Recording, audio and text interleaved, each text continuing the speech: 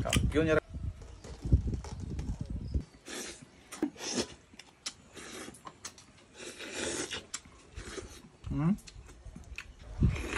For today's video mga idol, luto naman tayo ng balat ng kalabaw. Meron nga pala ako ditong balat ng kalabaw at saka ubri ng kalabaw. Masarap to gawing kari-kari mga idol. Ito naman yung aking naisipan na lutuin. Magluto tayo ng kari-kari. At inihaw ko muna yan mga idol. Pagkatapos ng ihawin yan, agad ko nang hinugasan at saka hiniwa ng ganyan lang kaliliit. Hugasan po natin mabuti mga idol. Hindi naman binibili yung tubig dito. Hindi kagaya yan sa inyo nga kung wala kang 5 piso, wala kang isang container. Tingnan nyo po yung kanyang ubre mga idol. Sobrang taba mga idol. Tambok ka, tama nga kalabaw. Ganyan lang kalaki yung aking panghiwa dyan. Pero may hiniwa ako dyan na malaki. Para sa akin yan mamaya. At agad ko lang munang hinugasan yan. 2 beses ko pong hugasan yan. Perte tayaan na nga sibo. Shout out nga pala yun sa ginbilhan ko ng kalabaw na to. Sobrang taba ng kalabaw nyo. At pagkatapos nga palang hugasan yan mga idol. At agad na po pala ako nagpainit ng apoy dyan kanina. At saka ilinagay ko na yung ating balat ng kalabaw. At naglagay ako ng tanglad, bitsin at saka luya. Kasi pakuluan na po natin yan. Habang nagpapakulo po ako yan. At nag-ihaw na muna yung kumpare ko ng manok dito. Pinasuyo ko na lang yung pag-ihaw ng manok nating 2 piraso na nitib. Kasi masakit po yung kamay ko. May pataga umpaw. Akang 5 nga may guro ko ihikap mo sa beer house ay. Bugal guro ko banag dagod makahikap ka bao sa beer house kanang dang mahining-hining lay ulo na. Nganga di baba na po di puta guro. Amulon jay katapat kalima ko mo be kung may nakita ka mo diyan daraan nyo be ako to sa beer house. Akong bayad. Libre ko pa ikaw. Be, comment dyan kung di nyo may matambok na bao dyan. Basta nang hindi lahat mahining. Kung mahining, yes, pigado. O tada, bata nga. At pagka lipas nga pala yan 2 oras na pakulo mga idol. Malambot na yung ating baka. Bailan na mga bao nga mga mahining dyan. Dire na itaton sa aton nga ginaluto. Nagisa lang nga po pala ako ng sibuyasan at saka ahos. Turuan ko po kayo kung paano magluto ng kare-kare. Hindi na itadag mga mahining anong ulo. Pagkatapos nga pala nagisa yan, linagay ko na yung ating stock na pinakuluan kanina na balat ng baka. Tingnan nyo po mga idol, galutaw yung tambok na ma. Naglagay nga pala ako ng patis dyan, hindi ako naglagay ng asin. At pagkalipas ng 5 minutes na inapuyan yan at kumulo na, naglagay nga pala ako ng atswite dyan, yung tinatawag na atswite, yung liso, blaka, estivitis, yung ginbulad. At saka naglagay ako dyan ng ating peanut butter. At pagkatapos ko naglagay ng peanut butter at saka naglagay naman ako ng kunting asin dyan ha. Comment ka na naman niya mamaya kahit asin wala akong nilagay. Malasay daw yung luto ko. Ikaw na lang bahala magtimpla kung ano yung gustong timpla mo. Kado aratin ko dyan para hindi siya nagkaon. Na mangkot ko naman kado kung ano daging butang ko. Naglagay lang nga po pala ako ng breadcrumbs yan mga idol. Pangpalapot po yan ng ating kare-kare. Kung wala naman kayong breadcrumbs pwede naman yung cornstarch. At tinakpan ko lang muna at saka nagayat ako dito ng ating bell pepper. Bell pepper ng katumbal nga malaki na walang anghang.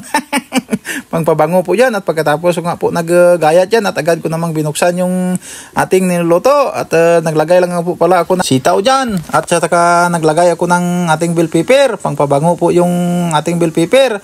Yan po ang gawin nyo pag nagluto kayo ng kare-kare. At agad ko lang muna tinakpan. At pagkalipas ng 1 minutes at agad ko namang binuksan. Kasi luto na yung ating sitaw. At saka inilagay ko na yung ating pitsay. Kasi yung pitsay madali lang namang lutuin yan. At luto na po yan. At nandito naman po tayo sa ating manok na nitib.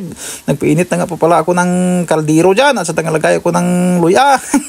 Pag nagtula kayo ng manok na tinula, may luya ha. At saka lagyan nyo ng tanglad. At saka linagay ko na yung ating manok. Lagay ko ng asin. Kumplito tong sinasabi ko sa inyo ha. Baka mamaya sabihin nyo naman walang bitsin ha. Naglagay na ako ng bitsin yan. At saka hinalo-halo ko lang muna ng mabuti. At saka tinakpan ko yung kanina. Hindi ko na pinakita. At agad ko namang binuksan pagkalipas ng 5 minutes. May tubig pa. At agad ko namang tinakpan. At ayan na nga po mga idol. Wala ng tubig dyan. Pasirit-siritin nyo gid antes yung tubigan para iwas lang siya. At agad ko lang munang takpan at pagkalipas na namang 5 minutes at kumulo na at agad ko namang buksan kasi yung manok natin hindi naman gulang yan at saka linagay ko na yung ating papaya at saka tinakpan at saka buksan duman. At naglagay ako ng nor dyan, naginto umtaka nga bago mo lang tayo buksan, takpan mo duman. At ayan na nga po mga idol, luto na po yan. At saka linagay ko na yung ating siling haba at saka siling dahon. Usbong pulang kaklayo, daha, tadang sili, dang dahon katumbal do. At ayan na nga po mga idol, luto na po yan. Para gaakta. Luto ya ulam ta mga idol. At saka pulutan. Sobrang lapuyot mga idol oh. Kari-kari ah. At saka may tinulang manok. Marami tayong ulam. Yung iba nga dito mga idol, yung sobra ng pagkain ko, dalhin ko to sa sa munisipyo. Kasi doon ako magpapakain, pero bago ako pumunta doon, ako muna ang kakain at saka magpragaak muna ako dito kasi bawal ang pragaak doon sa loob ng munisipyo. Shout out nga pala kay Sir Noel Carduce diyan, head ng LCR at saka mga staff nila. Ako muna kakain ng pagkain nyo. Sobrang bait talaga dyan ni Sir Noel Carduce. Pragaak muna ako dito, boss. Yun yung ragaak na.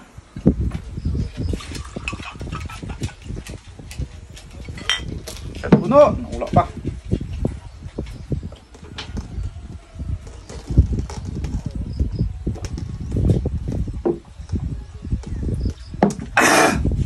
Kain po tayo.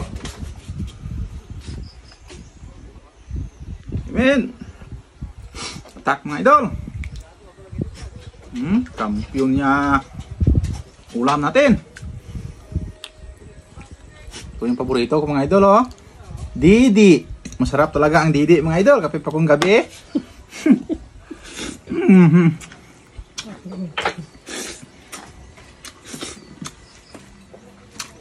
Ingat. Kampiyon ay utong nga. May bata niya.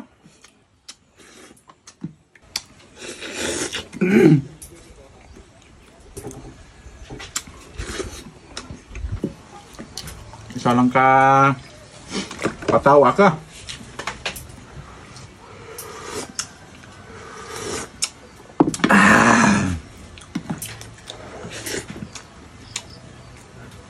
Ito ang gawin nyo sa kare-kare mga idol.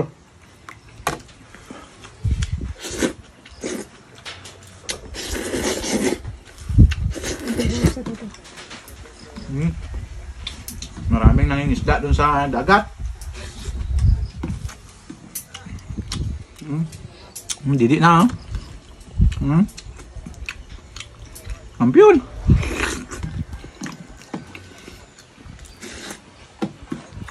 Daw didi lang kalimang bilog bata na.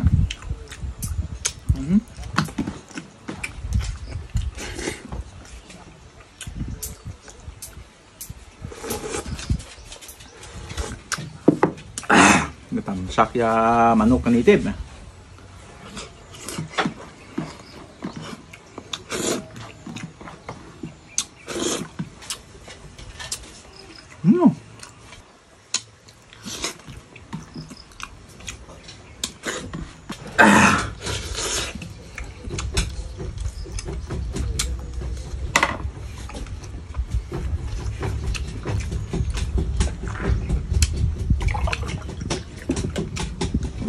Pagkatapos nga palang kumain dito mga idol, dalhin ko to sa munisipyo. At tapos nga po pala akong kumain yan mga idol at agad ko namang inimpake yung iba naming luto kasi dadalhin ko po yan sa munisipyo. At shout out nga pala yan sa staff ng LCR at ilabi kay Uncle Noel, Sir Noel. Uncle po yung tawag ko kasi yan po yung tao na tumulong sa akin noon na walang wala ako. Hanggang ngayon magkasama pa rin kami sa aming negosyo nga gamay-gamay.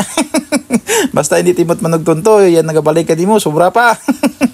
Ano mo lang timo ka panunto kon agi lagi ibong obra, makakwarta ka pa matuod pa, hindi mo kinabudlayan, ay gidag ibo.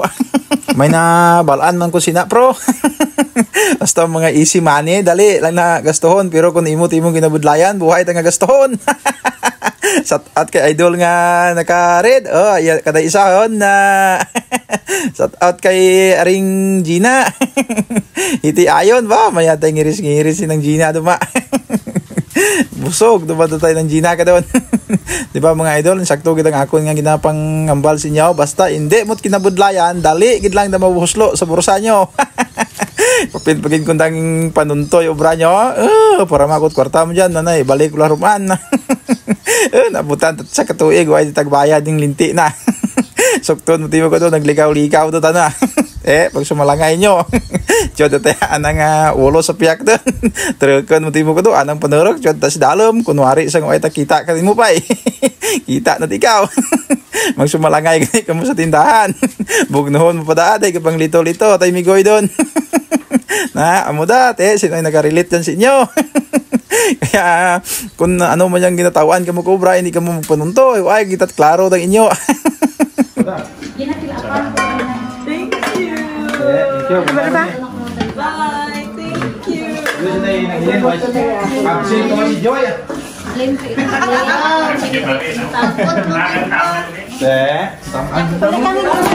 At pagkatapos nga balang ibinigay sa kanila yung pagkain mga idol, at agad naman akong umalis kasi uuwi na po kami. Hanggang dito na lang po mga idol yung aking video. Maraming salamat po sa inyo. Bye bye.